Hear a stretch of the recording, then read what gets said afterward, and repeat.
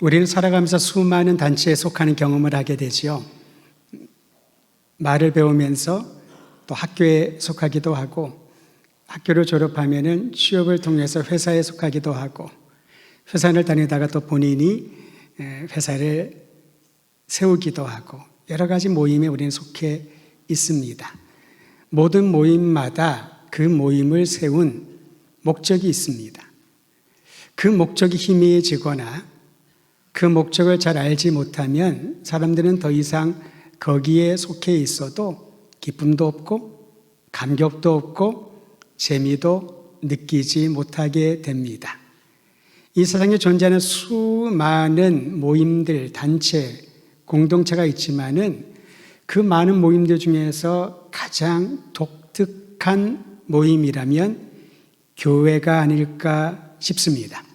왜냐하면 학교라든가 직장이라든가 또 여러 모임들은요, 분명한 목적이 있지요. 나와 관련되어 있지 않으면은, 예를 들어서 내가 어떤 전공을 가지고 기능을 익혔는데, 자격을 구비를 했는데, 그러면 그 자격과 실력과 관련된 곳에서 나를 채용하겠지요. 회사로 오라고 합니다. 취업이 되고 일을 하게 됩니다. 학교도 마찬가지입니다. 삶에 대하여, 인간됨에 대하여 배우러 가는 것이 학교지요.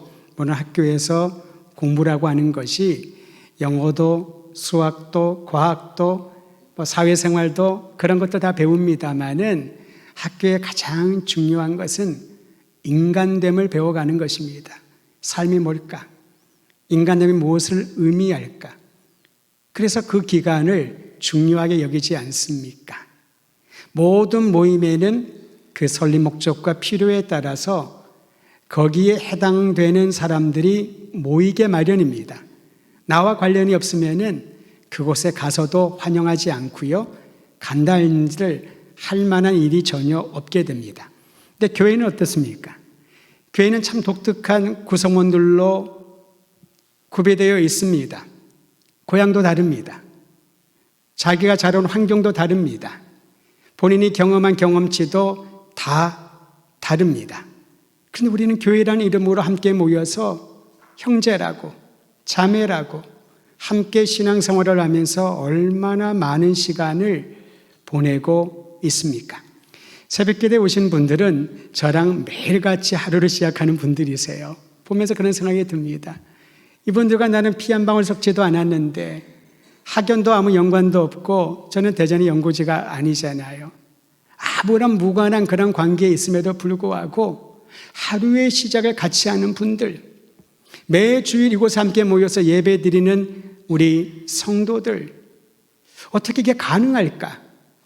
생각이 다르고 경험이 다르고 하고 싶은 일을 하더라도 그 일을 진행하는 방식이 다 다를 것인데 어떻게 이게 가능할까? 이게 바로 교회인 것입니다. 저는 교회라고 하는 이 단어가 세상에 존재하는 단어들 중에 몇 개를 꼽으라면 참 세 손가락이 들 정도로 귀하게 여기는 단어가 교회입니다. 교회에 대하여 많은 사람들은 여러 가지로 해석을 합니다.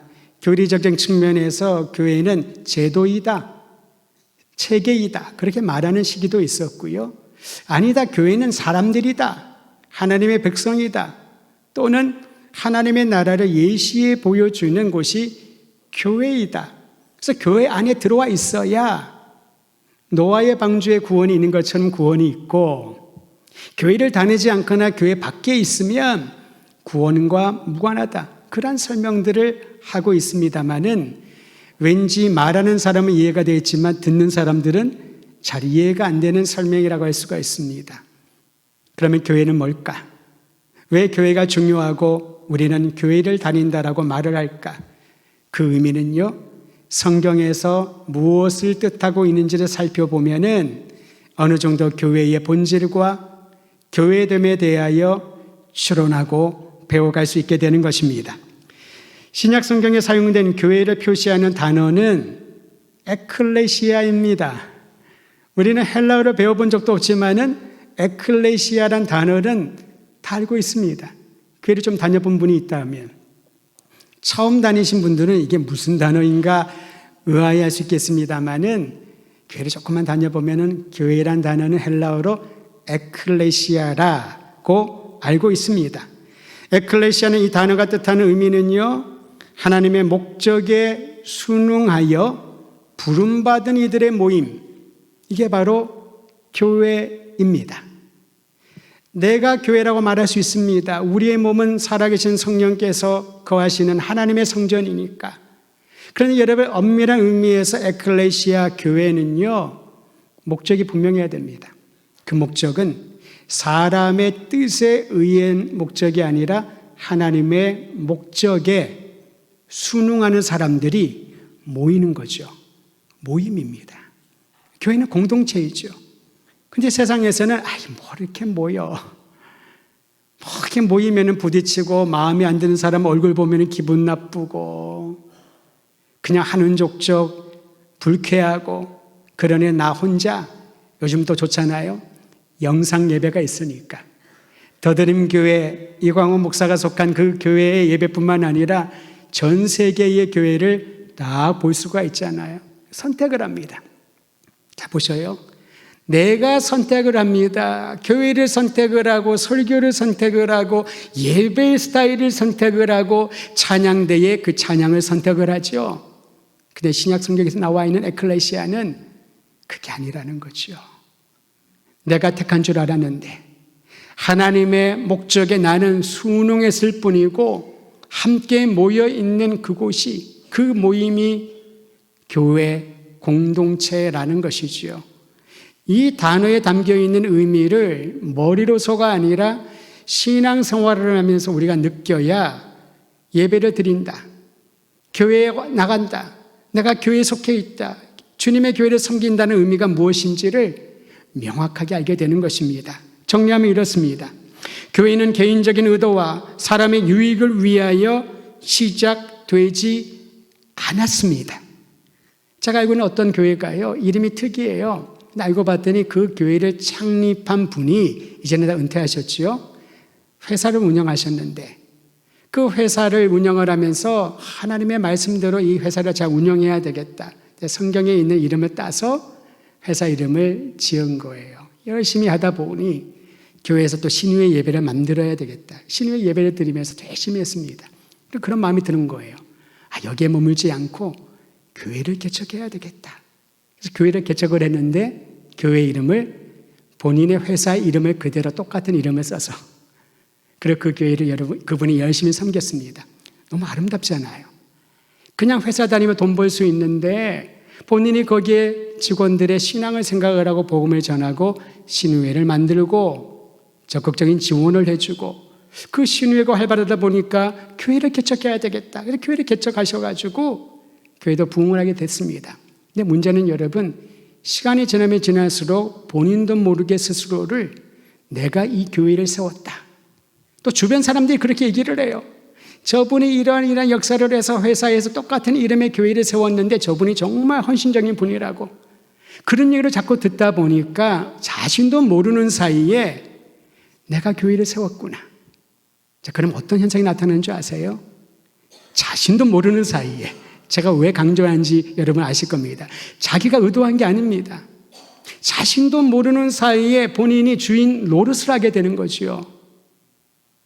입으로는 교회는 하나님의 영광을 위한 교회라고 하지만은 주변의 분위기와 그런 환경들이 자기로 하여금 주인처럼 느껴지는, 그러니까 누군가 그 사람을 대접해 주거나 인정해 주지 않으면은 섭섭해지기 시작하는 거예요. 본인도 깜짝하면 놀랬다고 합니다. 그런데 시간이 지나다 보니 그게 놀람이 아니라 정말 감정이 소원해지면서 내가 이 교회를 세우기 위하여 얼마나 수고했는데 시간이 지나고 내가 나이가 들고 은퇴를 하게 되고 그렇다고 사람들이 나를 소홀하게 대하나? 그런 생각이 들었다는 거예요. 그런데 감사한 거는요, 그 순간 이분이 정말 기도하시는 분이에요. 정신이 번쩍 들었대요. 이게 바로 시험이구나. 하나님이 나를 통해서 섬김의 기회를 주셨을 뿐이지 교회의 주인은 예수님이시고 오늘 말씀에 나오거든요. 주님이 주님의 교회를 세우시는데 환경이, 주변 분위기가 나조차도 내가 주인이라고는 생각을 할 수가 있겠구나. 교회는 사람의 유익과 어떤 사람의 열심으로 세워지는 것이 아니라 하나님의 거룩한 목적을 따라서 그 목적에 순응하고 순종하는 이들을 통하여서 건강하고 위대하고 거룩한 교회가 세워지는 줄 믿으시기를 바랍니다. 그러면 우리가 할 수 있는 말은 주님, 저는 종입니다. 저는 무익한 종입니다. 그런데도 유익한 이 하나님의 목적에 참여할 수 있도록 저에게 마음 주시고 헌신할 수 있도록 용기 주시고 믿음 주셔서 감사하나이다. 그래야 주님이 세우는 교회가 보여진다는 것이지요. 여러분, 교회는요, 보이지 않는 교회와 보이는 교회가 있습니다. 보이지 않는 교회는 하나님의 나라 천국이라고 말한다면, 보이는 교회, 가시적인 교회는 바로 이러한 교회들이지요. 교회 이름이 있고요, 지역에 있고요, 또 교회라고 칭하기도 합니다. 세상 사람들이 복음을 전하잖아요. 복음을 전할 때 우리는 보이지 않는 하나님의 실존을 경험하며 예배드리지만, 신앙이 없는 사람, 아직까지 예수님의 인격적으로 만나지 못한 사람에게는 보이지 않는 하나님에 대하여 아무리 성경 얘기를 하더라도 그들에게는 추상적인 얘기에 불과할 것입니다. 어떻게 복음을 전할 수 있을까요? 보이는 교회를 통하여, 보이는 하나님의 사람들인 여러분과 저를 통하여서 복음을 전하게 된다는 것입니다. 그러므로 전도의 명령은 사명이지 방법이나 사역이 아닌 것입니다. 내가 예수님을 믿고 구원받은 감격이 있다면, 내가 천국 백성 되었다는 그 감사와 확신이 있다면 이 좋은 것을 사람들에게 전하고 싶은 게 생기는 거죠.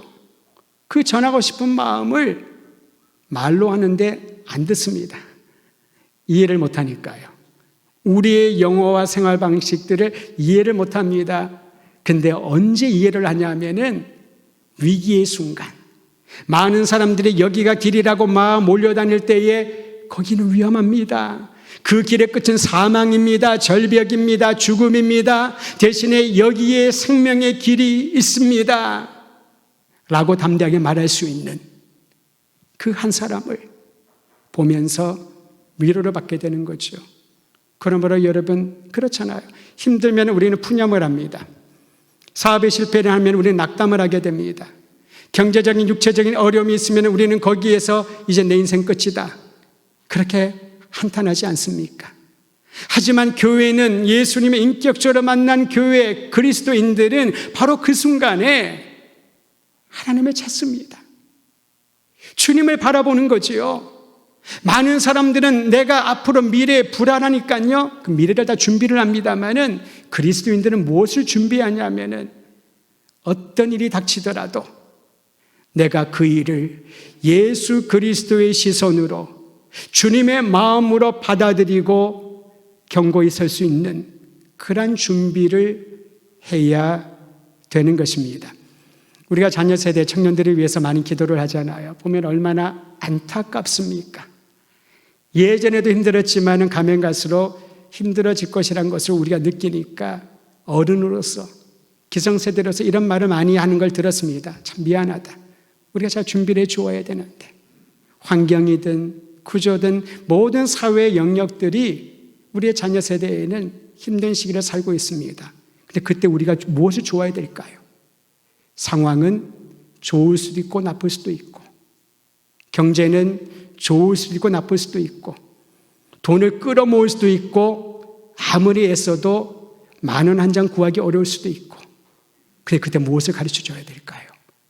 교회는, 그리스도인은 하나님의 목적에 순응하여 주님을 구주로 고백하는 이들이 신앙생활하는 이 교회를 통하여 무엇을 주어야 될까요? 그곳에 하나님이 함께 하시고, 너의 인생을 통하여 이 척박한 상황 가운데서 하나님이 너를 통하여 새로운 무엇인가를 하길 원하신다. 그 믿음을 가져야 그 사람을 보고 세상에서 그리스도인을 다루구나, 보이는 교회는 다르구나. 우리가 오해하고 있었구나.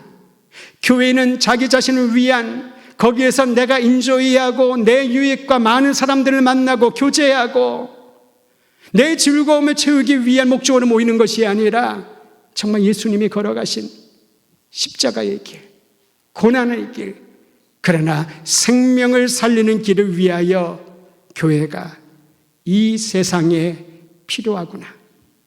그런 말을 듣게 된다는 것입니다.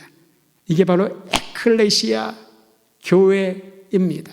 저는 우리 교회 신앙생활하는 모든 분들이 진정한 교회에 속한 그리스도의 사람으로서 자부심을 가지고 훈련을 잘 받아서 이 세상에 내가 말하지 않도록 사람들로 하여금 깨달아 알아갈 수 있는 그리스도인의 보배로운 삶을 나누어 주기를 주의 이름으로 축원드립니다. 근데 여러분, 흥미로운 것은 구약에는 에클레시아란 단어를 사용하지 않습니다. 물론 헬라어니까 그렇겠죠. 구약의 유대인들에게 교회라는 개념보다는 그냥 회합, 그들은 종교와 삶이 정해져 있잖아요. 안식일을 얼마나 철저하게 지킵니까? 근데 이 교회 에클레시아는 서신서에 주로 나오는데 복음서에는 안 나와 있습니다. 그런데 단 2번, 그것도 마태복음에만 기록되어 있습니다. 예수님이 이 단어를 딱 2번 사용하십니다. 마태복음은 어떤 목적으로 쓰여졌나요? 유대인들을 대상으로 예수가 그들이 기다리던 메시아이심을 전하기 위하여 마태가 기록을 했기 때문에 마태복음에는 구약 인용구가 참 많이 있습니다. 상대적으로 다른 복음서에 비해서 말이죠. 그런데 구약의 유대인들에게, 구약시대 유대인들에게는 그리 가깝지 아니하는 새로운 개념을, 이 단어를 예수님이 직접 2번 사용하시면서 가르쳐 주는 겁니다. 첫 번째는 마태복음 18장 17절에 나와 있는데요. 예수님이 18장 17절에 쓰였을 때는 이 단어를 사용하실 때에 용서에 대한, 죄를 뉘우친 사람에 대한 용서와 관련되어서 에클레시아를 사용하셨습니다. 내용은 다음과 같습니다. 형제가 어떤 잘못을 저질렀어요. 그래서 옆에 있는 사람이, 야, 그러면 안 된다. 그거 잘못한 거야. 너 그거 더 이상 하면은 문제가 생긴다라고 권면을 했는데 깨닫고 돌아오면 좋잖아요.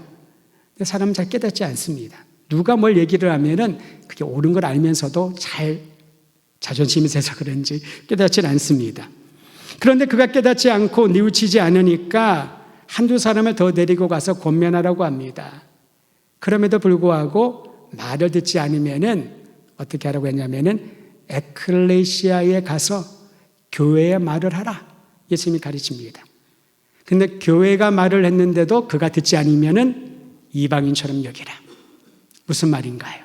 이 교회라는 공동체는요, 조직으로 마침 뭐 재판을 하면은 삼심제, 대법원 그런 의미가 아니라 이 교회에 준 영적인 권위가 있다라는 겁니다.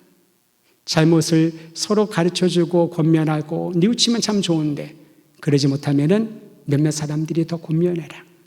이 권면의 목적은 그 사람을 용서하고 받아들이기 위함이잖아요. 그래도 안 되면은 교회에 말하라.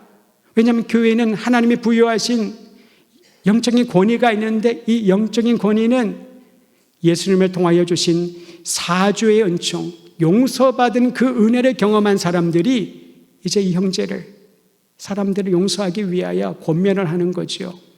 그런데 그 권면을, 하나님이 주시는 놀라운 이 은총을 거부하면 이방인처럼 여기라. 그 말은 버리라는 것이 아닙니다. 그 사람의 마음에 돌이킬 때까지는 그대로 허용하지 말라는 거지요. 그런데 이보다 먼저 예수님은 에클레시아라는 단어를 마태복음 16장에 먼저 사용하셨습니다. 이 단어를 사용하실 때 예수님이 단어를 사용하실 때의 배경은 예수님이 제자들을 데리고 유대 지경 제일 북쪽에 위치한 빌립보 가이사랴라는 지방에 이르렀을 때 예수님이 제자들 갑자기 질문하시지요. 사람들이 나에 대하여 뭐라고 얘기하느냐? 여러분, 이 질문의 배경인 빌립보 가이사랴 지역을 좀 이해할 필요가 있습니다. 헤롯 안디바의 동생이었던 빌립이라고 하는 자가 갈릴리 지역, 그 유대의 북방 지역을 통치를 했는데 그가 생각해 보니까 사람들에게 자신의 업적을 남길 만한 무엇인가를 해야 되겠다 생각이 들었죠. 그러면 기념비를 세우거나 옛날 분들은 또는 도시를 건설하고 하여서 이름을 붙이거나 그러죠. 빌립이 그 일을 진행을 했습니다. 자신의 이름인 빌립과 가이사 황제 이름을 따서 빌립보 가이사랴라고 하는 이름을 붙였는데 이 도시는요 유대의 끝이라고 하였습니다. 그러니까 다른 나라들과 접경에 있다 보니까 이방 문화를 쉽게 받아들이는 그러한 땅이었던 거죠. 지형적으로는 지리적으로는 유대에 속해 있었지만은 그러나 문화적으로 정치적으로 종교적으로 영적으로는 이방인들과 똑같이 살았던 이들이 바로 빌립보 가이사랴에 살았던 이들입니다. 예수님이 거기에 가서 굳이 예루살렘에서 이 질문하셔도 되는데 굳이 거기에 가셔서 예수님의 제자들에게 질문합니다. 사람들이 나에 대하여 뭐라고 얘기하느냐? 우린 여기에서 앞으로 사용하실 에클레시아의 의미를 발견하게 됩니다. 여러분, 교회는 거룩한 사람들이 모여있는 분위기에서 교회로 발전하는 게 아닙니다. 세속적이고 우상숭배하고 하나님을 경외하지 아니하는 그런 문화권이 뿌리 박혀있는 그곳에서 예수님이 제자들에 대하여 질문한 것처럼 우리들에게 동일하게 질문하실 겁니다. 너희는 나에 대하여 뭐라고 생각하느냐? 사람들이 나를 뭐라고 하느냐? 그리고 주님이 얘기하시지요. 제자들아 너희는 나를 누구라고 하느냐? 이 두 가지 질문을 오늘 우리에게 던지신다고 보면 됩니다. 사람들이 나에 대하여 뭐라고 말하냐 예수님이 질문하시자 베드로가 앞장서서 얘기를 합니다. 베드로가 뭐라고 얘기했습니까? 사람들이 뭐라고 얘기했습니까? 세례자 요한이요 엘리야요 예레미야나 예언자 중에 한 분이라고. 그러니까 한마디로 요약을 하면 예언자로 생각하나이다. 제자들이 그렇게 보고를 합니다.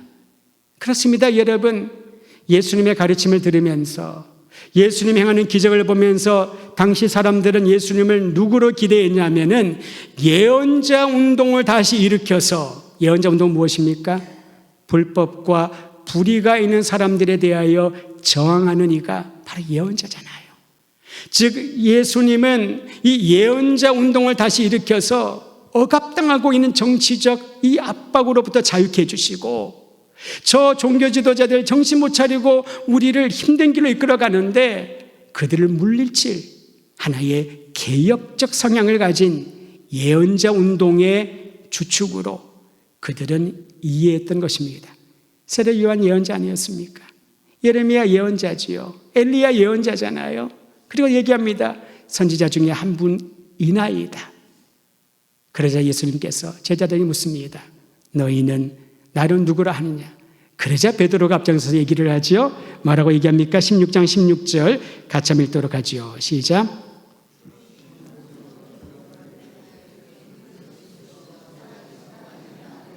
베드로는 답변합니다. 주님은 그리스도시요 메시아요 살아계신 하나님의 아들입니다. 근데 여러분, 이 고백을 했을 때 베드로가 어느 정도 수준에서 예수님을 믿고 그렇게 고백했을까요? 그가 말한 메시아는 여전히 유대적인 사고를 벗어나지 못했습니다. 유대인들은 다윗의 자손으로 오실 메시아를 기다리고 있었습니다. 그러니까 그저 예언자 운동을 일으킬 예언자와 같은 분이 아니라 베드로는, 그리고 제자들은 조금 더 업그레이드 됐습니다. 우리가 기다리던 메시아가 주님이십니다. 더불어 주님은 살아계신 하나님의 아들이라고 칭합니다. 시편 2편 7절에 보면은 내가 너를 낳았도다. 하나님의 대리인 왕을 칭하면서 하나님의 아들이라고 칭하거든요. 즉 하나님과 친밀한 관계에 있는 사람, 하나님의 뜻을 잘 알고 있는 사람, 그래서 우리에게 하나님의 뜻이 무엇인지를 대언해주고 이끌어가는 영적 지도자를, 또 정치적인 지도자를 하나님의 아들이라고 칭했던 겁니다. 그러니까 이렇게 위대한 신앙 고백을 했지만 여전히 베드로와 제자들은 유대적인 사고를 벗어나지 못했습니다. 그러니까 예수님이 고난받고 십자가 고난당하실 때 다 도망갔지요. 만약에 진정으로 예수님이 유일한 구원자요 온 인류의 생명의 주인이심을 믿었다면은 도망가지 않았을 겁니다. 언제 그런 일이 일어나나요? 예수님이 부활하신 이후에, 그리고 성령님이 임하신 이후에, 그 안에 내주하신 성령께서 날마다 예수가 그리스도심을 증언합니다. 예수가 유대인이나 헬라인이나 모든 이들을 구원할 구원자이심을 증언합니다. 성령님이 그들에게 목숨을 내어놓고 복음을 전파할 수 있는 믿음을 도와여 주신 겁니다. 그래서 교회라는 단어들이 이제 에클레시아 단 2번 사용되어졌던, 여전히 제한된 의미로 사용했던 그 환경에서 부활하신 예수님, 그분을 만난 이후에, 성령님이 임한 이후에 교회는 복음을 증거하는 증인으로, 순교도 마다하지 아니하는 그리스도의 대언자로서 이 세상에 존재하게 되는 것이지요. 베드로의 고백은 매우 중요합니다. 한번 따라하시죠. 주님은 그리스도십니다. 살아계신 하나님의 아들이십니다. 이제 우리가 이 고백을 할 때는 베드로를 시작으로 한 이 고백이 역사 2000년을 지나가면서 수많은 사람들에게 오늘 이 시대를 살고 있는 여러분과 저의 입술에서 고백되어지면서 죽으시고 부활하신 예수님, 그 이름을 믿는 자들에게 영원한 생명, 새로운 인생을 주시는 예수님, 그분이 하나님의 아들이요 우리의 유일한 소망이란 사실을 믿고 살아가게 되는 것입니다. 인격적으로 이 주님을 만나지 못하면 베드로처럼 고백은 할 수 있을 것입니다. 일반 사람들처럼 주님은 하나님의 대언자 아니신가요? 주님은 하나님의 대리자 아니신가요? 하나님의 아들이시고, 그리고 주님은 그리스도이심을 제가 아나이다. 그러나 내 삶은 변하지 않잖아요. 이 고백한 이후에 제자들이 완전히 변하지 않았습니다. 아직 부활하신 예수님을 믿지 못했으니까, 경험하지 못했으니까, 성령님을 그들이 경험하지 못했기 때문에 그저 예수님이 딱 2번 에클레시아한 단어를 썼지만은 거기에 대한 어원적인 문자적인 의미는 알았을지 몰라도 주님이 말씀하신 네 신앙 고백의 반석 위에 내 교회를 세우겠다라고는 의미가 무엇인지를 알지 못했을 것입니다. 사랑하는 성도 여러분, 베드로를 시작으로 이제 주님의 십자가 부활을 경험하고 성령 강림을 경험하고 성령의 충만함을 입어 이 시대에 세워진 주님의 교회에 된 여러분과 저는 무엇을 해야 될까요?